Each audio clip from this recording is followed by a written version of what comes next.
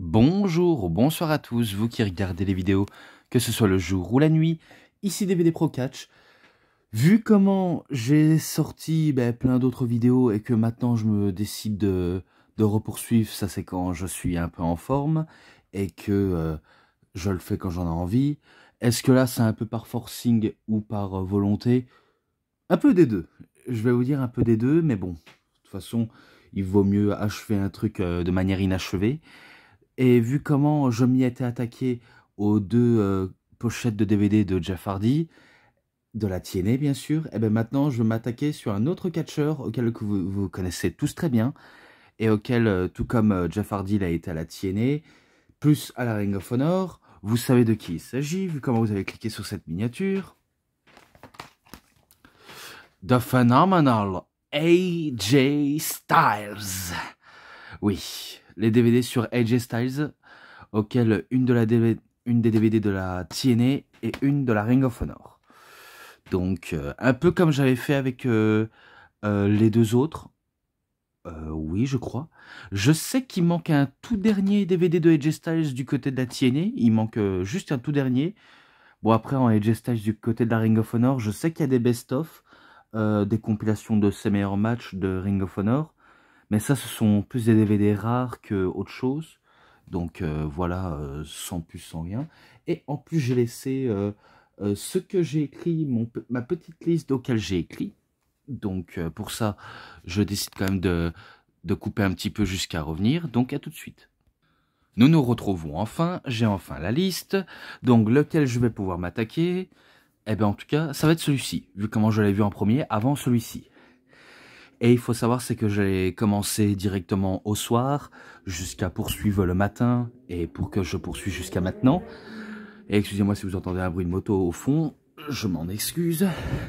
Donc on va s'attaquer à celui-là, donc de Essentiel AJ Styles Collection, les 30 meilleurs matchs de 12 heures d'action, en 4 DVD. Et d'ailleurs, je vais vous le montrer. Donc, 1, 2... 3, 4. Et d'ailleurs, il faut que j'enlève ceci. Et cela. Comme ça, je saurai de quel titre je vais m'attaquer. Donc du premier DVD, donc c'est, on va dire, les débuts officiels, entre guillemets, de AJ Styles, vu comment il est marqué First Ever TNA Match, donc ça, on va dire, les débuts de AJ Styles, auquel il fait équipe avec son compère Loki et un vétéran tel que Jerry Lynn, contre les Flying Elvis. Oui, des catcheurs qui se font appeler les Flying Elvis, donc ce sont un peu des catcheurs auxquels ils s'habillent tous en Elvis Presley. Ils n'ont pas forcément la même coiffure, pas la même forme du visage, mais ils ont la même dégaine. Donc, dans les Flying Elvis sont George Estrada, Sonny Sekai, pardon, et Jimmy Yang, donc Jimmy Wang Yang si vous préférez, auquel dans ce match-là, ça a été un peu dynamique, je ne vais pas vous le mentir, c'était dynamique, mais malheureusement pour AJ, Loki et Jerry, ils perdent le match au profil de The Flying Elvis. Donc c'était, certes c'était un peu les débuts un peu perdants, mais voilà, sans plus, sans rien. Pourtant ce match-là c'est un 3,50. Ensuite, en plus j'avais oublié de dire, c'était lors du juin 2002, lors de l'épisode de TNA, NWA TNA à l'époque, c'était NWA TNA. Je ne suis pas en train de vous mentir, c'est exactement le cas. Mais bon, ça c'est quand je suis trop rapide, auquel je peux faire des bourbes. Donc patience, patience. J'essaie d'être patient, mais ça me prend tout le temps le dessus. Mais c'était pas grave. Là maintenant, c'est lors du juin 2002. C'est dommage, c'est qu'il n'a pas les... Il n'y a pas les numéros le jour où... Et j'en passe des trucs, même si je sais que à l'époque, en 2002, du côté de la TNA, c'était des weekly pay-per-view, donc les pay-per-view hebdomadaires. Et récemment, j'avais été chez un ami auquel il pense que PPV, c'était au nom de WWE. Mais malheureusement, encore erreur de débutant qu'il est, et j'espère que vous êtes un peu plus intelligent que lui. Vous savez que les pay-per-view, ça existe depuis la nuit des temps. Hein, je vais pas vous dire, ah, ça c'est WWE. Non, c'est pas WWE. D'ailleurs, toutes les fédérations utilisent les termes PPV. Car maintenant, WWE, maintenant c'est le terme PLE. Donc Premium Live Event. Mais il restera toujours pay-per-view dans le cœur des fans. Ça, c'est un truc à savoir. Donc je disais dans le deuxième match, auquel AJ Styles affronte Low-Ki, Psychosis et Jerry Lynn pour couronner le premier champion de la X-Division. Donc c'est pour le titre de la X-Division, auquel le match a été très dynamique, ça a été très, très divertissant à voir, auquel ce n'est pas Psychosis, ce n'est pas Jerry Lynn, ce n'est même pas Low-Ki qui remporte le match, mais c'est bel et bien AJ Styles qui remporte le match avec son... Vous voyez, c'est comme... il fait un peu son turning... je ne sais plus comment ça s'appelle, mais en tout cas c'était son ancienne prise de l'époque. Mais je me rappelle qu'il remporte grâce à cette prise, mais je me rappelle plus du nom.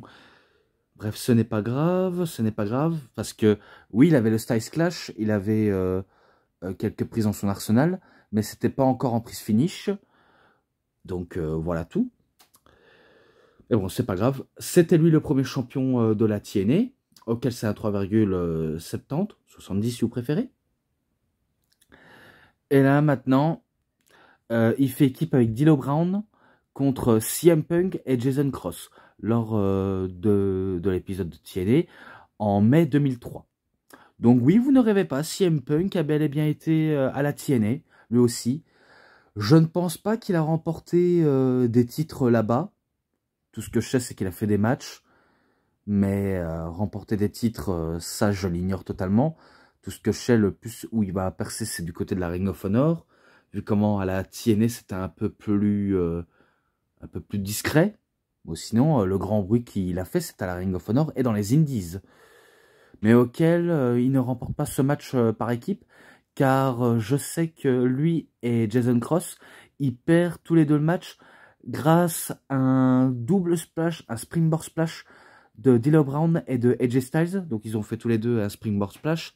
C'est comme ça comment ils ont remporté leur match. Donc ce match-là, c'est un 3,40. Et là, directement plongé dans le grand bain, auquel il affronte directement le champion du monde de la NWA TNA et d'un autre vétéran. Donc ça s'est déroulé en juin 2003 pour le titre du monde, comme je l'ai dit. AJ Styles contre Raven et contre Double J Jeff Jarrett, le champion de l'époque et le créateur de l'époque de la TNA. Donc il a en face de lui deux vétérans, parce que AJ Styles n'est que expérimenté depuis que 4 ans. Donc c'est pas encore le statut de la vingtaine. Et pourtant, dans notre monde actuel, c'est un peu le cas. Il est vraiment dans la vingtaine de sa carrière. Qui sait, il pourrait même atteindre la 30e, vu comment il est pas encore vieux en fait. Même s'il y en a qui pensent qu'il est trop vieux. Mais pourtant, AJ Styles, il a encore la forme, il a encore la patate, il a encore la niaque. Même s'il catch encore actuellement du côté de la WWE, notamment du côté de SmackDown, pour moi, le gars n'est pas rouillé. Hein. À part qu'il envisagerait une potentielle retraite. Mais à chaque fois, ça le prend dessus, car oui, il envisagerait, mais c'est pas encore le moment. Ça, c'est selon ses termes à dire. Dans le match, je sais que Raven va être vite écarté du match parce que il y a un certain Shane Douglas qui intervient dans le match et qui tabasse Raven jusqu'à l'envoyer dehors de l'arène. Il reste plus que AJ Styles face à Jeff Jarrett. Et au moment où on est presque au bord de la fin, il y a Vince Russo, l'ancien booker de l'époque de la TNA, ancien booker de la WCW, WWE, et j'en passe des fédérations auxquelles il a passé, auxquelles il a booké, auxquelles ça a peut-être failli tourner en catastrophe, auquel il arrive, et il a la guitare en main de Jeff Jarrett. On a tous cru qu'il allait frapper AJ Styles avec, mais finalement, c'est sur Jeff Jarrett. Et du coup, ça permet à AJ Styles de faire son Styles Clash sur Jeff Jarrett, auquel il remporte pour la première fois le titre du monde poids lourd de la NWA de la TNA. Donc, c'est victoire de AJ Styles grâce à l'aide de Vince Russo. Et c'est 3,80. Je l'ai décidé de mettre 3,80 parce que c'était quand même fou cette période-là. Et là, ben, toujours pour le titre, mais ça, ils ont fait un bond de 2004. Donc en avril 2004, lors d'un match en cage, auquel, ben, encore le champion, c'est Jeff Jarrett, et auquel AJ Styles, c'est le challenger. Et vous allez remarquer qu'à chaque fois, parce que plus on va avancer dans les DVD, plus vous allez vous rendre compte à quelle personne il doit un peu sa carrière. Hein, parce que avoir des opportunités pour le titre, on sait qu'il doit à quelqu'un. Donc, comme je l'ai dit, il affronte dans un match en cage. Normalement, il n'a pas, entre guillemets, des disqualifications ou des interventions, logiquement. Finalement, ça va pas être le cas, mais tout ce que je sais, c'est qu'au moment où AJ Styles était en hauteur de la cage, bien sûr, à cette période-là, le but du règle, c'est ne pas remporter le match en sortant de la cage. On n'est pas à la WWE, mais même si on sort de la cage, ça ne compterait pas.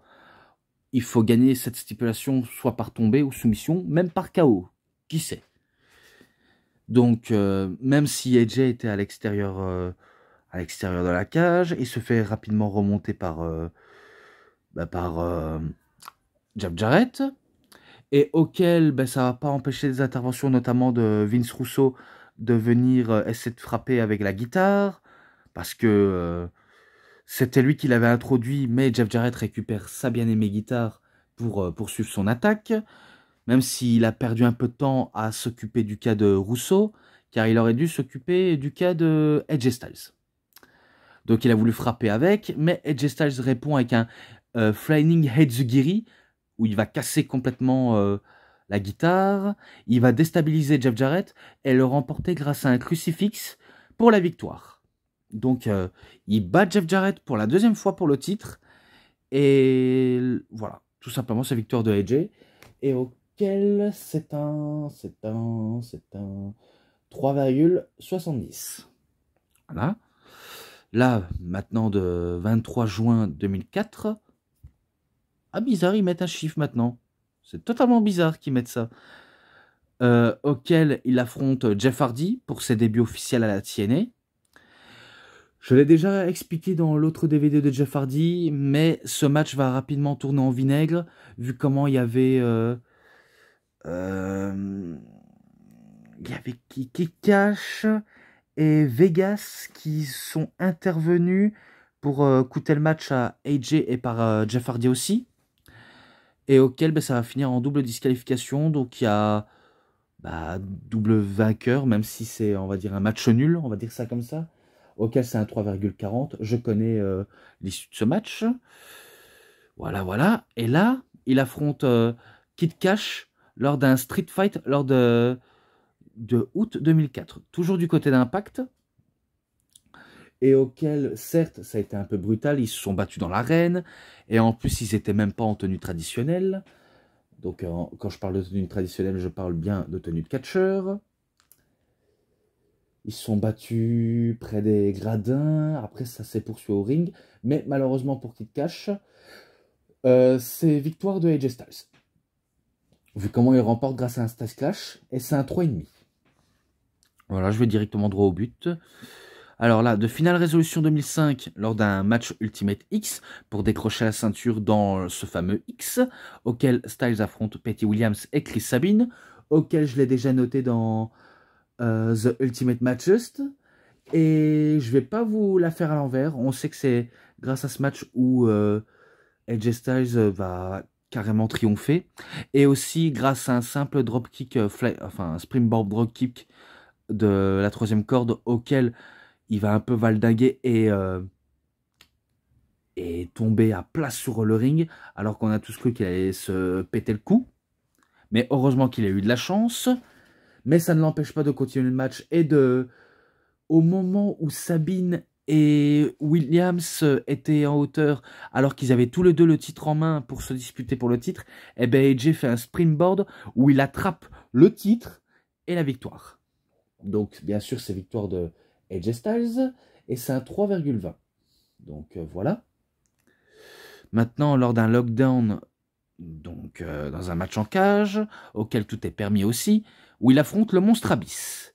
Ça a été brutal, AJ Styles a saigné, et que Abyss, vu comment il adore voir les gens souffrir, eh bien, il prend un malin plaisir, notamment en utilisant une chaîne, et surtout, des punaises, auquel c'est lui qui va déguster par les punaises, vu comment AJ lui fait une prise de... un peu comme un Styles Clash modifié, auquel il tombe à plat sur le ventre, Abyss. Et je crois que c'est grâce à ça où il va en venir à bout de Abyss, ou alors d'un crossbody au niveau de la hauteur de la cage. Mais en tout cas, il bat Abyss. Donc ce match-là, c'est un 3,50 si je ne me trompe pas. Oui, c'est exactement ça. J'ai failli me tromper, mais non. Donc maintenant, je passe au DVD 2. J'essaie d'être le plus courtois possible. Auquel ça s'est déroulé à Art Justice 2005. Toujours pour le titre du monde poids lourd. Et c'est devinez qui est le champion. C'est Double J. Oui, Jeff Jarrett. Encore lui, le champion de la NWA TNA. Parce que c'est vrai qu'à l'époque, il y avait un genre de petit ras-le-bol comme quoi c'est tout le temps lui qui est champion de la TNA et pas les autres, vu comment il mangeait un peu à tous les râteliers. Mais lui, il s'en battait les couilles, vu comment ce qui comptait, c'était le titre. Le reste, il en avait rien à foutre. Eh ben, encore une fois, Jeff, il lui donne encore la chance à AJ Styles. En arbitre spécial, si je ne me trompe pas, c'est un ancien combattant de l'UFC nommé Tito Ortiz, si je m'abuse, ou alors si j'ai raison. Mais en tout cas, c'était lui l'arbitre spécial. Et auquel, ben, il est censé être impartial, c'est ce qu'il va l'être, même s'il ne va pas s'empêcher de s'embrouiller avec les catcheurs, que ce soit avec Jeff Jarrett ou avec AJ Styles, ou encore avec d'autres catcheurs qui sont impliqués dans le match, même s'ils n'ont rien à faire d'être là, comme Alpha Mal, et Kid Cash peut-être. En tout cas, c'était un petit bordel, mais ça n'empêchait pas de AJ Styles de poursuivre le match et de battre Jeff Jarrett une nouvelle fois avec un Styles Clash. Donc, encore victoire de AJ Styles, qui bat encore une fois Jeff Jarrett, et ça fait 3 fois qu'il est champion du monde poids lourd de la NWA à la TNA. Donc, c'est pour ça qu'il a été un peu le grand Slam Champion, quand il aura capturé les titres par équipe, les titres de la X-Division, titres des légendes. Je crois que c'est peut-être ça. Mais bref, mais ça, ce sera lieu dans quelques années, auquel où je vais citer. Donc ce match-là, c'est un 3,80. Obligé. Maintenant, oh là là. Maintenant, il affronte Sean Waltman, parce que je sens qu'il y a un léger bousculade. Il faut que je décale, parce que mon chat, il prend tout la place de mon lit, alors que je ne peux pas faire une review tranquille. Donc, comme j'ai dit, il affronte Sean Waltman. Donc, Sean Waltman, c'est The 1, 2, 3 Kid, X-Pac, Six-Pack. Mais là, c'est que Sean Waltman. Auquel l'arbitre spécial, c'est Jerry Lynn. Et ça s'est déroulé à No Surrender 2005. Donc, voilà. Pas mal. Je le trouvais vraiment pas mal. Mais, il y a toujours un mais. C'est victoire de AJ Styles. Même si le vétéran doit, on va dire, redorer son blason, comme quoi il doit avoir une place importante, finalement, ce sera loin d'être le cas, vu comment il perd face à AJ. Donc, toujours par la prise où vous connaissez très très bien, j'ai pas besoin d'en faire un dessin dessus, c'est un 3,40. Voilà, tout simplement, c'est un 3,40. Et là, maintenant, lors du Unbreakable 2005, où il affronte Samoa Joe et Christopher Daniels, auquel ce match-là, c'était un 5-star par le Wrestling Observer, mais auquel j'avais modifié la donne, même si je ne peux rien faire pour modifier. Le match est bon, mais pour moi, c'est un 4,80. Le match est très très très excellent. Je n'ai pas, on va dire, à cracher dessus. Mais voilà quoi, 5, il faut que ce soit très très marquant. Mais attention, les 3 catcheurs peuvent faire des choses de très très marquant. Hein. Je ne dis pas le contraire. Hein. Eh ben, qui remporte le bordel, eh ben, c'est AJ Styles. Alors que Joe, il est donné de sa personne. Daniels aussi. Tout ça pour un titre. Bref, les hommes se tuent pour l'avoir. Vraiment, ils se tuent, ils se tuent, ils se tuent. Mais bon, je pense que vous avez tous compris. Maintenant, c'est victoire de AJ Styles. Donc, dans ce DVD, vous avez bien compris, ce sont un peu les plus grandes victoires de AJ Styles. Et pour ça, ben, c'est un 4,80, comme je l'ai dit. Et auquel je repoursuis, bien sûr. Auquel d'un match où j'ai déjà cité aussi. Lors de Slammiversary 2006. Pour les titres du monde par équipe. Ça, c'est AJ Styles qui fait équipe avec The Fallen Angel, Christopher Daniels. Contre The Americans Most Wanted. Donc, les American Most Wanted, ce sont le Cowboy Jeff Storm et The Wildcat Chris Harris, auquel c'était les champions par équipe les plus redoutables, bien avant de Beer Money Inc. Et spoiler, c'est victoire de AJ Styles et de Christopher Daniels. Hein. Alors que le match a été éprouvant, je me rappelle de la fin. C'était, je crois, c'est James Storm qui il voulait frapper avec la bouteille de bière sur Daniels ou sur Styles, mais finalement c'est son partenaire qui s'est mangé la bouteille en verre, et ça va permettre à AJ et de Daniels de poursuivre leur prise habituelle. Par exemple, je sais que Styles il fait un frog splash et Daniels un best moonsault ever pour la victoire. Donc voilà, c'est tout ce que je peux savoir. Donc 3,60. Voilà. Et maintenant, ils affrontent des LAX. On le voit pas tellement bien, mais c'est LAX. The Latin American X-Charge. Donc Homicide et Hernandez. Lors de No Surrender 2006. Celui-là aussi, je l'ai noté dans Ultimate Matches de TNA. Auquel, ce sera Christopher Daniels qui va décrocher les titres dans le Ultimate X. Et auquel, c'est eux qui remportent le match. Qu'est-ce que vous voulez que je dise de plus? C'est un 3,5. C'est un foutu 3,5. Et là, maintenant, on fait un bond en 2007, lors de Bound for Glory, auquel, c'est toujours pour les titres par équipe qui sont en jeu, et auquel AJ fait équipe avec Travis ou Tyson Tomko. Peu importe lequel on peut l'appeler, mais Travis Tyson Tomko, quand même, contre, attendez, l'équipe de The Team Pac-Man. Oui, The Team Pac-Man, vous avez compris. Je ne sais pas s'ils sont fans du jeu Pac-Man, enfin tous les jeux Pac-Man, mais en tout cas, ce nom n'est pas là par hasard, vu comment ils adorent les jeux vidéo sur Pac-Man. Donc, The Ron de All Truth Killings, ou alors Ron Killings, qui fait équipe, non pas avec son autre partenaire, parce que je sais que son partenaire l'accompagne, mais il fait équipe avec un tout jeune Xavier Woods, que je pourrais l'appeler aussi. Donc, The Consequence Creed, de son nom de l'époque, Rashid Lucius Creed. Parce que là, j'ai pris des notes et ça a été présenté dans la présentation. C'est pour ça que j'ai vite pris l'occasion et il s'appelait Rashid Lucius Creed. Ouais, vous avez bien compris. Vous avez très très bien compris. Et pourtant, même si Consequence Creed n'a jamais été champion avec Ron Killings, eh ben, Ron Killings, il perd toujours... enfin, il perd le match. Il perd le match et le titre. Donc, le titre vient aux mains de Travis Tomko et de AJ Styles. Bien sûr, après des épreuves bien éprouvantes, parce que même si je veux aller le plus courtois possible, il faut savoir qu'il y a toujours une fin à tout ça. Même si vous êtes intéressé, regardez par vous-même et donnez votre propre avis. Donc, voilà. Donc, voilà. Ce match-là, c'est un 3,50. Et pour terminer, il affronte Tiger Mask lors de l'épisode d'Impact de février 2008, et auquel le match va être court, et auquel il va battre Tiger Mask.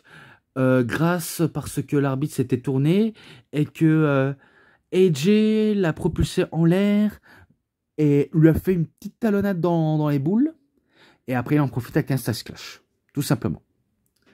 Tout simplement, il a utilisé une tricherie. Donc, c'est un 3,60. Je sais, encore 3,60. Je suis un petit peu saoulé. Mais bon, qu'est-ce que vous voulez que je fasse? Je ne sais rien faire de plus. Et attendez, si vous avez vu mon bras, parce que je suis en train de remettre un DVD. Donc voilà, maintenant, je repoursuis au DVD 3. Auquel il affronte Kurt Angle lors de Slammiversary 2008. Et dans ce match-là, je sais qu'il y a une petite rivalité entre lui et Kurt. C'est parce que AJ, lors de la promo où il avait affronté Tiger Mask, auquel il a un peu dragouillé Karen Angle, parce qu'elle était encore mariée avec Kurt Angle. Bien sûr, tout ça n'était qu'une storyline, et bien sûr, tout ça est faux. C'est pour qu'on nous fait vendre la rivalité. Donc ça, on n'est pas dupe et on n'est pas si imbécile à ce point-là. Mais bon, tout ça pour une femme. Et en plus, j'avais vu un segment sur Instagram auquel il y avait un épisode d'Impact comme quoi AJ Styles s'était marié avec Karen Angle. Pas dans la vraie vie, hein, mais dans le ring. Et que vous savez ce que j'en pense, les mariages dans un ring de catch. Vous savez que ça passe toujours très très mal. Voilà, ça c'est la petite anecdote que je tenais à vous le dire. Dans ce match-là, peut-être que j'étais persuadé que ce soit victoire de Kurt Angle, vu comment il avait l'avantage physique, comme l'avantage psychologique. Mais finalement, AJ est robuste. Et ça, c'est grâce parce que Karen était intervenue pour donner la chaise à son mari, mais sauf qu'elle a trompé son mari parce qu'elle va pas lui donner la ceinture, non, la chaise. La chaise, excusez-moi.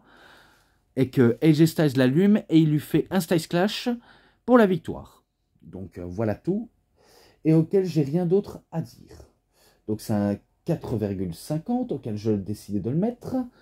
Ensuite, il y a la revanche lors d'un Last Man Standing match, lors de Hard Justice 2008, auquel ça a été très brutal entre Kurt et AJ. Et ce passage-là, c'était en sponsor du jeu vidéo TNA Impact, auquel je possède le jeu vidéo, mais en tout cas, il était en sponsor. Qui remporte ce bordel? C'est AJ Styles.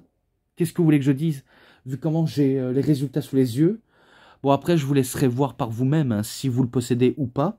Si vous ne le possédez pas, essayez de vous le procurer. Si ça vous intéresse pas, je ne vais pas vous forcer. Mais en tout cas, c'est lui qui bat encore Kurt Angle avec des multiples Styles Clash auxquels il s'est acharné sur Kurt. Hein. Et pour ça, c'est un 4,5. Et je repoursuis encore lors de Destination X 2009 pour le titre des légendes, télévision, global, ce que vous voulez, auquel il affronte Booker T. Il affronte Booker T. Et celui-là, je m'en rappelle l'avoir déjà reviewé sur le Destination X de 2009, vu comment j'ai le DVD. Et à l'époque, je m'appelais encore DVD Pro Souvenir. Et auquel, c'est victoire de AJ Styles, grâce parce que il a réussi à surprendre l'ancien roi de la WWE. Mais auquel, voilà, il a carrément déjoué de Booker T. Donc 3,40, je décide de mettre ça. Ensuite, lors d'un épisode d'Impact de 2009 en septembre, il affronte Chris Sabin. Et spoiler, il bat Chris Sabin. Même si j'aime bien les deux, comment ils s'affrontent de manière très cordiale. Mais dommage, c'est AJ le roi, quoi. C'était déjà Monsieur Tiennet avant l'heure. Et ce n'est pas un nom auquel il a volé. Comme le nom phénoménal, c'est pas un nom auquel il a volé, car il a très bien mérité le nom. Et tout ça, il l'a pas obtenu pour rien. Je pense que c'est pour avoir... Enfin, je crois que c'est un petit tournoi pour avoir une chance pour intégrer le match à... Normalement, c'était à 4. C'était à 4. Mais il a fallu que Hernandez s'incruste dans le match. Voilà ce que je voulais en dire. Donc c'est toujours dans la même soirée. Donc si vous voyez septembre 2009 de côté d'Impact, c'est auquel parce que c'était pas fini. Donc voilà. Entre Chris Sabin et AJ, c'est un 3,70. Et entre AJ Styles et Douglas Williams, parce qu'il le bat Douglas Williams alors qu'il a tenté à quelques reprises au moment opportun de faire sa théorie du chaos, mais auquel il s'est fait déjouer et mené en bourrique par le phénoménal, auquel il le bat avec un Styles Clash, tout simplement. Donc c'est un 3,60, je sais que c'est un peu saoulant de mettre 3,60, et vous allez voir, ça va un peu vous saouler, parce que à cette période-là, j'ai mis les 3,60, mais abusé, hein. C'est abusé, hein. Je suis en train de me blâmer tout seul, hein. Je suis en train de me blâmer tout seul, vous vous rendez compte? Donc, bien sûr, c'est pas grave, je poursuis. Titre pour le titre du monde poids lourd de la TNA. Cette fois-ci, ce n'est plus NWA, mais TNA, auquel AJ Styles il affronte Kurt Angle, Sting, Matt Morgan et Hernandez, qui s'étaient incrustés dans le match lors de No Surrender 2009. Ce match-là aussi, je l'ai déjà fait une review sur ce PPV-là. Donc, je pense que je connais la réponse et vous allez très vite découvrir que c'est AJ Styles qui remporte le match et le titre, vu comment il a battu. C'est 4 autres catcheurs. Même si Hernandez a été mis KO par Eric Young au début du match, parce que je me rappelle qu'il était venu mettre son contrat en jeu pour le titre, mais il se fait, on va dire, tabasser, et il perd le match en plus. Il perd le match. Donc dommage pour Hernandez qui a raté le coche, mais félicitations pour AJ pour avoir récupéré le titre. Et qu'il a fait un 450 splash sur Kurt Angle. Donc c'est un 3,60 et qui célèbre avec, avec le public qui l'ont soutenu, qui l'ont vraiment soutenu. Et surtout son meilleur ami, et qui est le parrain de son fils, Christopher Daniels. Tout simplement. Donc voilà, j'ai déjà tout dit. Maintenant, lors de Bound for Glory 2009, auquel, à cette période, on nous le vendait comme le dernier match de Sting, alors que dans No Surrender 2009, si AJ Styles perdait, il prendrait sa retraite. Finalement, pas du tout. Mais là, c'était au tour de Sting, soit de prendre sa retraite pour de vrai. Finalement, on lui a laissé encore une chance. Mais auquel il met son titre en jeu face à la légende Sting. Auquel il y a toute une histoire derrière, si ce n'est que il y a une grande amicale, enfin il y a une grande amitié entre les deux hommes, vu comment ils sont tous les deux très amicales, et auquel on leur a donné la chance qui leur a mérité, que ce soit pour Sting ou pour AJ. Ils ont vraiment donné de leur personne, et pourtant malheureusement pour l'icône, il perd le match face à AJ, pardonnez-moi, j'allais me tromper, il perd le match face à AJ, donc c'est encore victoire de AJ Styles, mais cette période-là, il ne prend pas sa retraite, parce que soit on disait qu'il prendrait sa retraite parce qu'il allait rejoindre la WWE en scred, ou dans d'autres promotions, il n'y avait que des rumeurs, hein. Que des rumeurs, mais bon, il vaut mieux prendre tout ça avec des pincettes. Donc pour ça, je lui avais mis aussi un 3,60, bordel de merde, ça n'en finit pas, je sais que j'ai un tout petit peu abusé, je le reconnais, mais bon, de toute façon, un dernier pour le DVD 3 et je repoursuis. Donc, toujours pour le titre du monde poids lourd de la TNA, auquel il affronte Samoa Joe et Christopher Daniels. C'est un peu le retour du match qui a eu lieu lors de Unbreakable 2005, mais là, ça a Turning Point 2009. L'issue est la même. L'issue est la même vu comment il bat Samoa Joe et Christopher Daniels, alors qu'il y a eu des tas de trucs qui s'est passé, hein, vraiment des tas de trucs, mais auquel je pense qu'il était moins bon que celui d'Unbreakable. Vu comment l'autre, il était un peu plus élevé que celui-là. Donc il est peut-être pas aussi mémorable auquel on le dit, et pourtant, ça a l'air pourtant. Mais bon, de toute façon, ce n'est pas grave, c'est victoire de AJ, et il n'y a que des victoires de AJ Styles, hein, je ne vais pas vous le mentir, que des grandes victoires. Donc pour ça, c'est un 3,60. Je sais que c'est chiant quand je dis 3,60, parce que j'ai un peu abusé à cette période-là, et que j'ai pas fait trop attention au niveau des notations, parce que j'avais des DVD par-ci, par-là. Bref, j'avais le cerveau en bourrique. Je savais plus où suivre.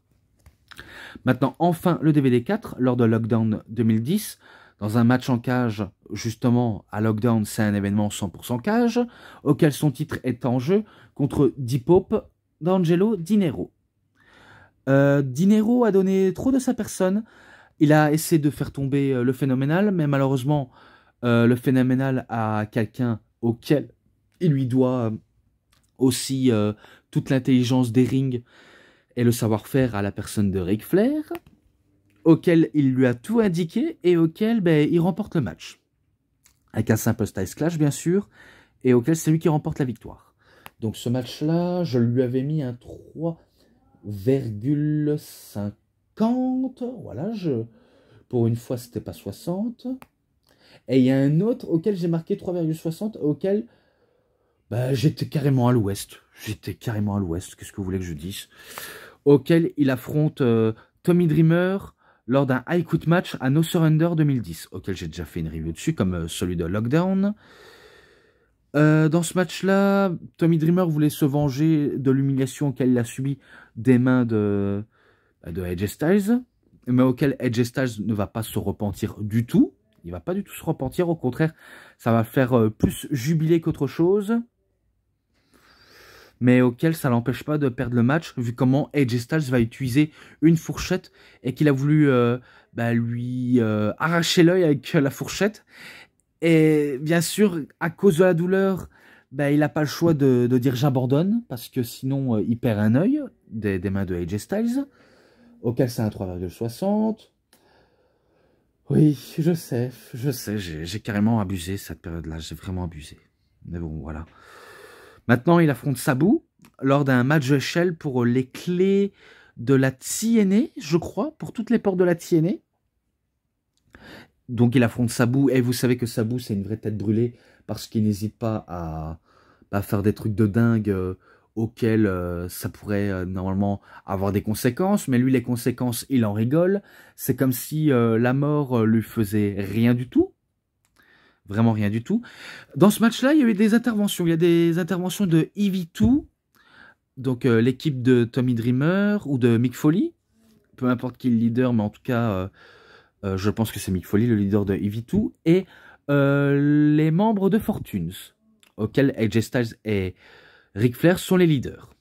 Donc il y a eu des multiples interventions, et aussi ils ont tout fait pour que AJ remporte le match, et évidemment c'est le cas, il remporte la clé, et je pense que c'est là où Sabu doit quitter la TNA, je pense, vu comment c'est AJ Styles qui a remporté ce match-là, et il doit partir. Donc ce match-là c'est un 3... virgule 70, voilà. Là maintenant, lors de l'épisode d'Impact en octobre 2011, excusez-moi, auquel il fait équipe avec Rob Van Dam, RVD, contre The Fallen Angel, Christopher Daniels et Jerry Lynn.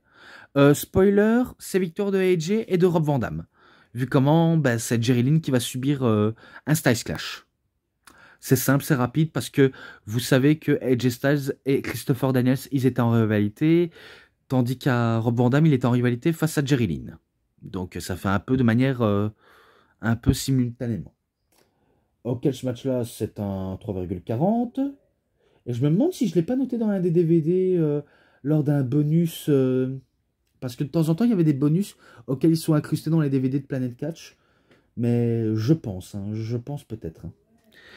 Et là, lors d'un I Quit match auquel il affronte Christopher Daniels à Bound for Glory 2011, auquel la rivalité était intense, parce que Christopher Daniels a carrément trahi son meilleur ami, lui qui est censé être son frère de cœur, son ami tout simplement. Finalement, il le trahit, et auquel il n'était pas là pour gagner, vu comment dans ce match-là, il y avait un tournevis auquel il voulait essayer de planter AJ Styles, mais AJ s'en sort miraculeusement, mais ça n'empêche pas AJ de se faire subir les vices de son ancien pote, vu comment il va le torturer à coups de chaise, et aussi il va même prendre le micro pour le forcer à abandonner, et plus tard dans le match, je pense qu'il va utiliser la chaise auquel il va s'asseoir sur la dépouille de AJ, auquel il va lancer un message clair comme quoi il ne voulait pas gagner du tout, il voulait tellement le frapper jusqu'à ce qu'il perd connaissance,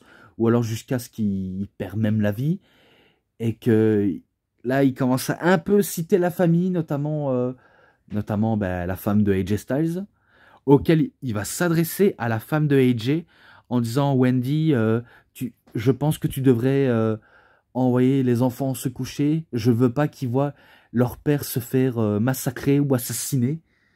Donc il a envisagé ça. Mais malheureusement, c'est là où AJ n'est pas content et qui lui fout des sacrés roustons à Daniels. Donc il se venge. Voilà, ça c'est son multiple comeback. C'est son Phenomenal Cup. Jusqu'à ce qu'il s'empare justement du tournevis ou du pic à glace, peut-être que c'est un tournevis, mais en tout cas, il va s'en emparer du tournevis et il va essayer de planter le crâne de Daniels. Mais Daniels, intelligemment, il décide de se sauver en disant « j'abandonne » et du coup, c'est victoire de AJ et qui part en courant dans les vestiaires parce que maintenant, il commence à avoir peur de son meilleur pote. Même si on sait qu'il va revenir et l'attaquer en traite en faisant les ailes de l'ange sur AJ. Donc ce match-là aussi, je lui avais mis un 3,60 alors que selon moi, je devais un peu mettre un peu, je sais pas moi, un 3,70, ça aurait largement suffi. Mais j'étais ailleurs, hein, j'étais vraiment ailleurs, j'étais dans la lune. Hein. Bon après ça se ressent un petit peu. Hein. Mais bon. De toute façon c'est victoire de AJ. Maintenant il fait équipe avec Kurt Angle contre Bad Influence, donc Christopher Daniels et Frankie Kazarian. Lors de Slammiversary, le 10e anniversaire, en 2012, donc pour le titre par équipe, auquel, spoiler, c'est AJ et Kurt auquel qui remportent les titres. Donc voilà, il n'y a aucune surprise. Et c'est un 3,50. Et après, maintenant, lors de Hardcore Justice 2012, lors d'un match de l'échelle, auquel il affronte justement Samoa Joe, Kurt Angle et Christopher Daniels. Donc les retrouvailles s'enchaînent. Auquel, si je crois bien, le vainqueur remporte... Ah, je ne sais plus, mais en tout cas, décroche... décroche le petit contrat pour avoir une chance au titre, je pense. Et plus tard dans le match, je me rappelle que Christopher Daniels va être bloqué sur les parois des échelles auxquelles il va rester bloqué et auxquelles il pouvait même pas bouger parce que c'était une idée de Samoa Joe et de Kurt Angle de le bloquer. Ils ont même utilisé un deuxième échelle auquel Angle et Joe vont se mettre sur la gueule. Et AJ, vu comment il voit le moment opportun pour aller vite décrocher, il trottine jusqu'aux parois, de l'échelle et il remporte le contrat. Donc tout simplement, il remporte le contrat et c'est victoire de AJ. Donc ce match-là, c'était un 3,50 aussi. Donc je lui avais mis un 3,50 à l'époque. Et là, maintenant, on fait un bond de 2013, lors de l'épisode d'Impact en juillet, auquel je crois qu'il revient sous un nouveau look, auquel on connaît tous, et auquel il se laisse un petit peu pousser la barbe, un peu pousser les cheveux, et auquel il a changé de musique carrément. Et il affronte Jeff Hardy, auquel il le bat avec sa toute nouvelle prise de soumission en finish, le Calf Crusher. Donc spoiler, il le bat avec le Calf Crusher. Et c'est un 3,80, parce que le match était cool. Mais voilà, parce qu'il était de retour. Et là maintenant, lors de No Surrender 2013, il affronte Austin Harris. Et spoiler, il bat Austin Harris. Vu comment le match a été tellement phénoménal, auquel j'ai pas besoin de citer tous les prises de l'un des deux. Vraiment, pas du tout besoin de citer. Ce sera que vous qui devrez citer vous-même. Parce qu'il y en a tellement trop à dire, hein, vraiment tellement trop. Mais bon, victoire de AJ. Et maintenant, le dernier est le meilleur pour la fin. Parce que là, ça se voyait à cette période-là qu'il était presque à la fin de son run à la TNA. Je crois qu'il va quitter fin 2013 ou début 2014. Je ne sais plus. Mais tout ce que je sais, il a arrêté de catcher pour la TNA parce que il sentait que la TNA était au bout du gouffre, notamment à cause des mauvaises décisions auxquelles ils ont pris. Et auxquelles, parce que les audiences chutent, ils n'ont plus la même audience qu'à l'époque. Et on sentait clairement la fin. Donc c'était un peu presque la chute libre pour la TNA, même s'ils vont essayer de se rattraper avec les années qui passeront. Notamment, ça fait exactement 10 ans auxquels ils essaient de se rattraper. Auquel il affronte Bully Ray pour le titre, et le champion c'était Bully Ray. Et dans ce match-là, c'était un gros bordel, hein. Vraiment un gros bordel, parce que les membres de Ace Again, donc les As de 8, n'hésitaient même pas à intervenir dans le match, mais il a fallu que ce soit Mr. Ken Anderson pour chasser un des membres de Ace Again, parce que lui aussi, il a carrément retourné sa veste face à ce groupe, mais auquel ça ne va pas empêcher AJ Styles de faire face à l'un des derniers membres, mais auquel Bully Ray pensait avoir la victoire, mais finalement, il s'est trompé. Un peu plus tard, je pense que Bully Ray va défaire le tablier du ring, il va retirer les petits mousses de protection auxquels il ne protège en rien le ring. Donc on va voir le ring en bois. Et d'ailleurs c'est exactement ça. Le ring est fait de bois et pas d'un trampoline comme certains le pensent. Vraiment pas du tout. Auquel ben, c'est dur. Et bien sûr les gars ils chutent dedans. Ils chutent, ils chutent, ils chutent. Et si je ne me trompe pas, AJ Styles il fait un ultime phénoménal forearm ou alors un pelé kick. Et il fait son fameux saut auquel il avait remporté son premier titre de la X-Division, auquel il bat Bully Ray. Et il devient champion du monde de la TNA. Donc voilà. Ce match-là, je décide de mettre un 3,90. Donc un 3,90. Et voilà comment je conclus ce DVD. Donc même si ça va être un peu long, excusez-moi. Voilà, j'en ai terminé avec celui de la TNA. Et maintenant, je décide de poursuivre avec un autre DVD, mais cette fois-ci de la Ring of Honor. Donc, Thrills No Place Like Home de Phenomenal AJ Styles en DVD de la Ring of Honor. D'ailleurs, je vais vous montrer les DVD, les images. En tout cas, c'est très stylé. En même temps, AJ Styles, il a vraiment du style.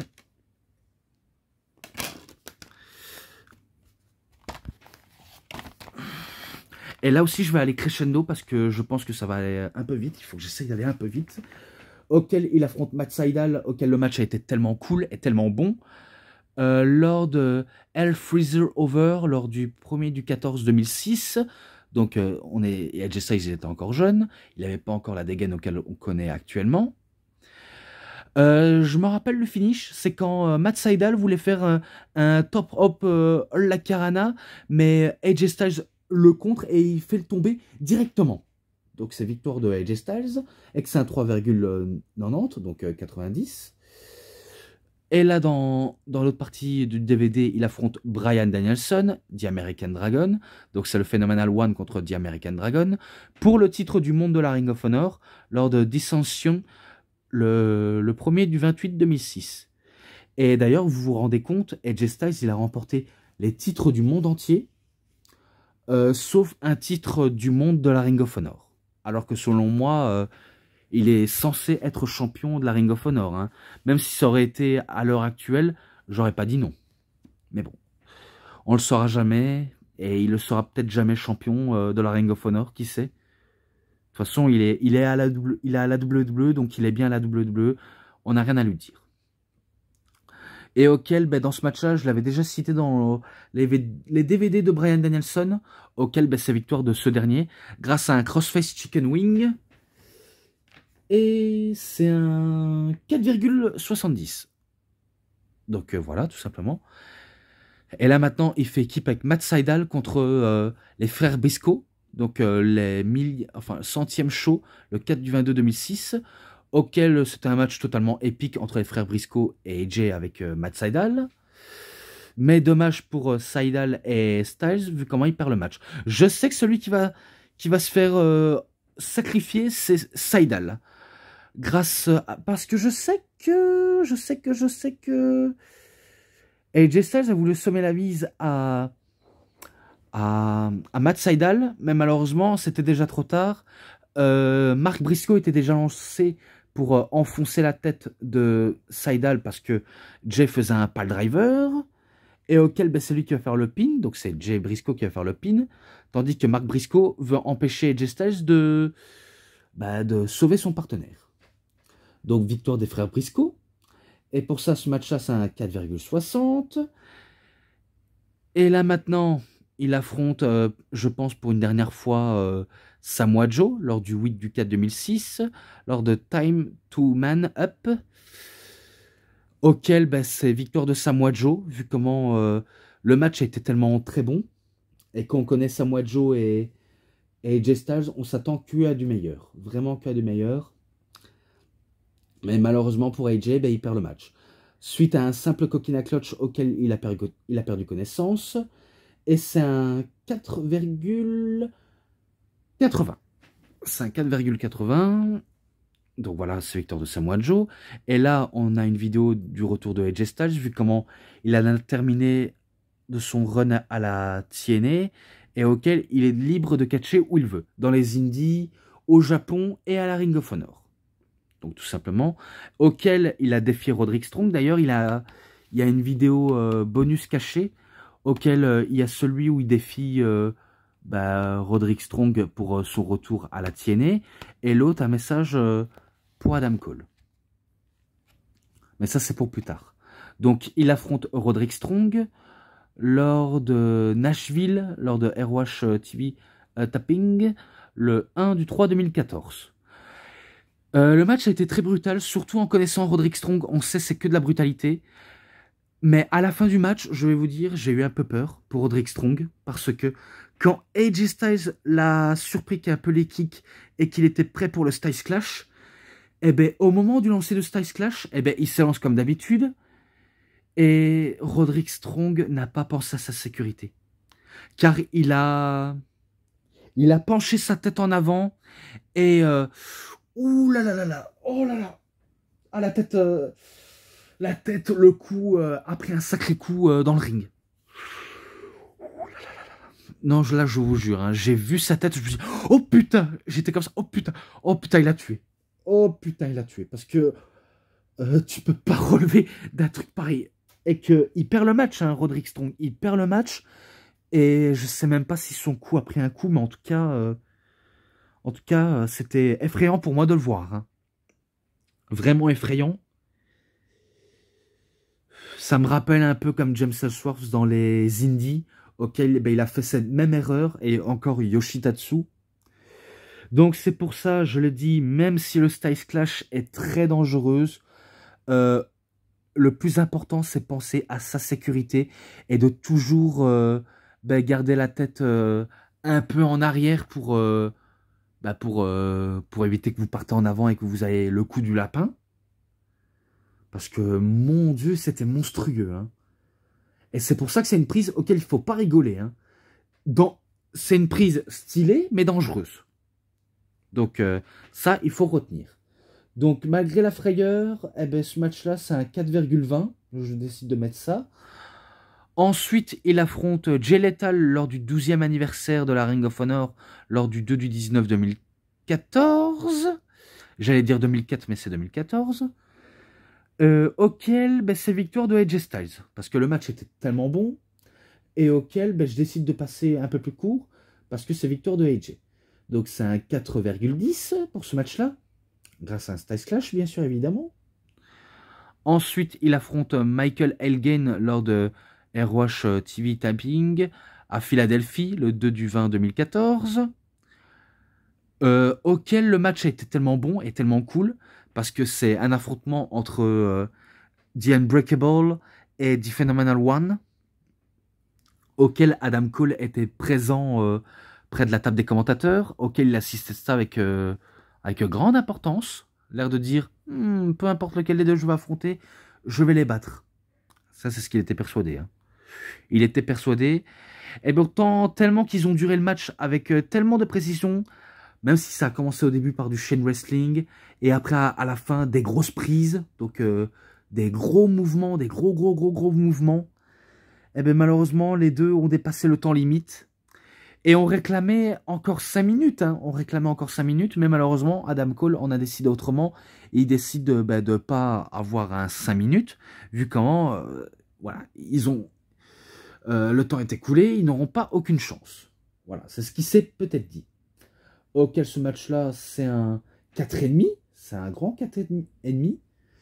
Et pour le dernier, il affronte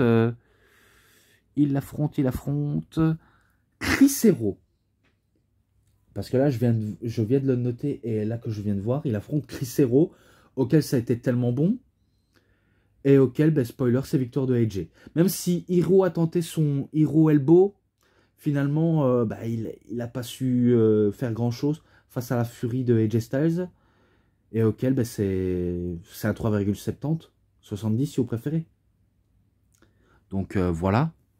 Maintenant, au DVD 2, auquel il affronte Michael Elgin lors de Ring of Honor TV Tapping, lors de Baltimore le 4 du 19 2014. Eh ben, c'était un match tellement bon que la dernière fois.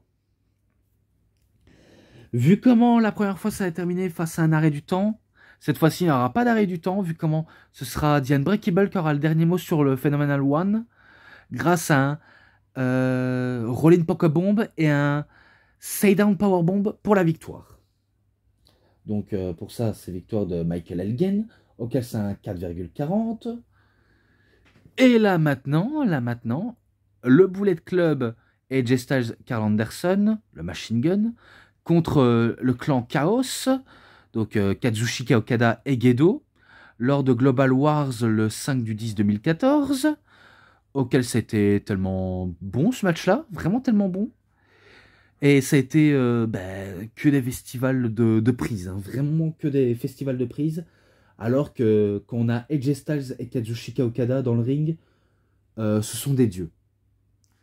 Surtout Okada, à la New Japan, c'est un dieu, et bien pourtant quand il arrive, il est accueilli comme un dieu, et pourtant en Amérique, ben, c'est AJ Styles hein, qui est plus adulé par le public, même si c'est un public de marque, mais tout de même, adulé tout de même.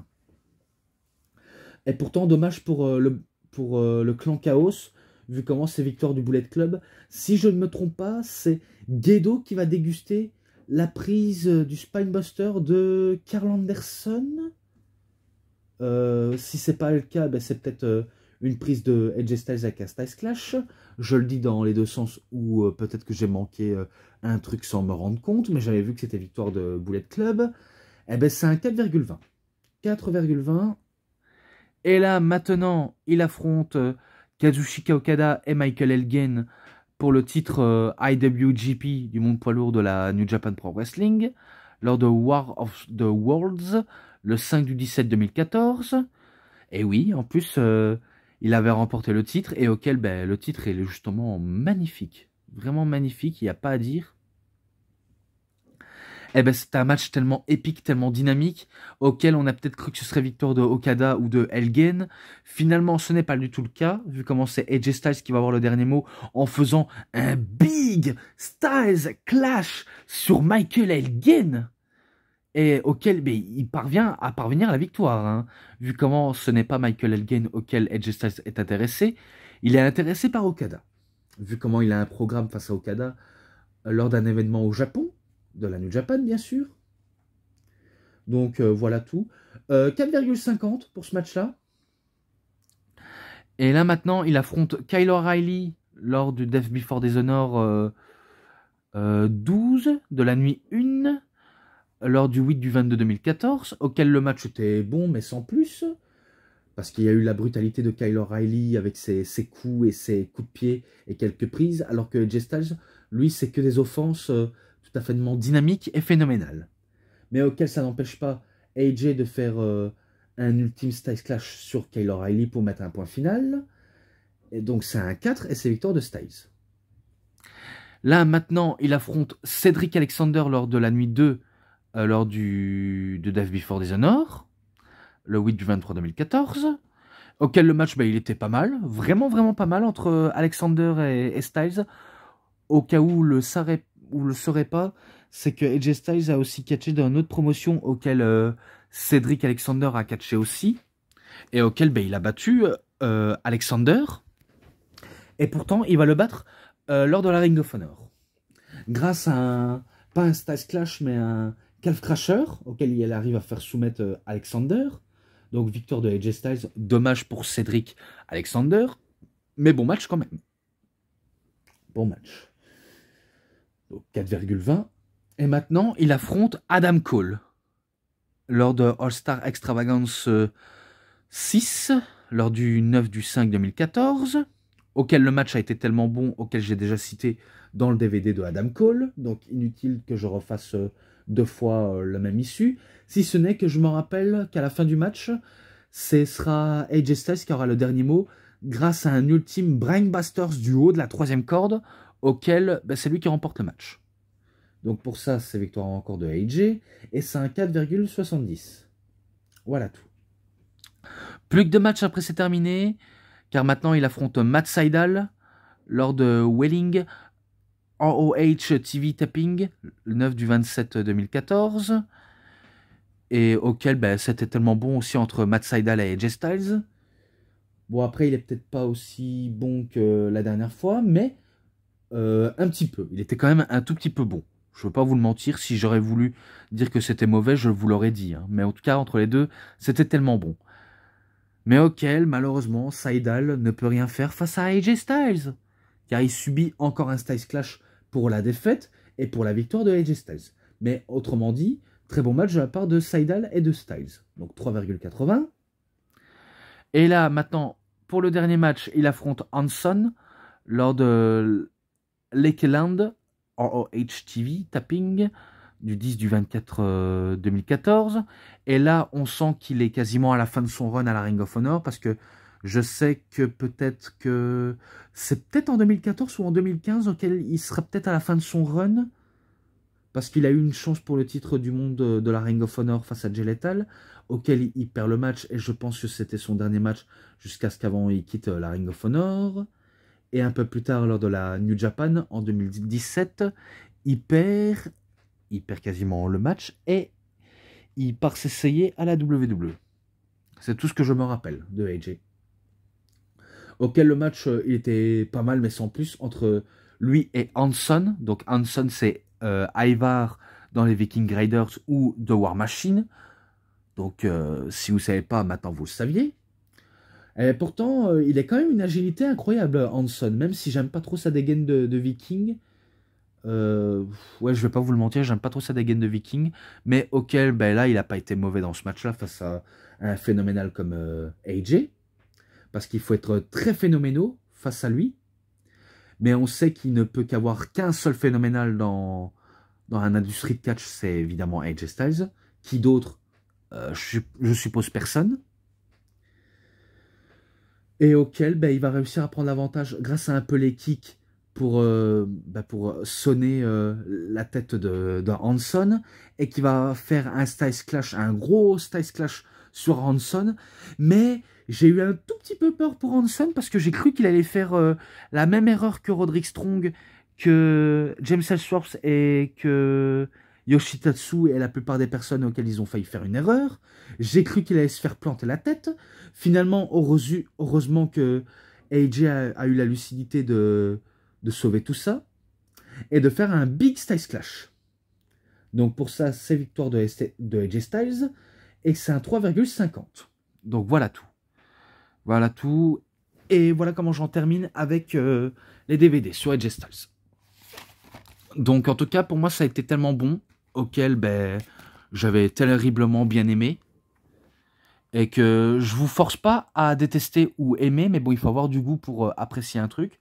Mais moi, en tout cas, les DVD pareils, ça m'intéresse et auquel c'est intéressant, vraiment intéressant à suivre.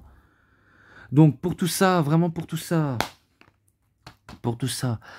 les matchs, les bonus et l'ensemble, je crois que la dernière fois, je lui avais mis un 5,20 ou un 5,10. Je ne sais plus quoi trop en penser. Et pourtant, là, j'ai pas le choix de lui mettre un 5, mais ennemi. Tellement qu'il est tellement bon. Tellement bon. Et auquel ben, je peux pas m'empêcher de dire, c'est incroyable comment c'était bien à l'époque. C'est cette réflexion auquel je me dis un peu quand on regarde le catch actuellement.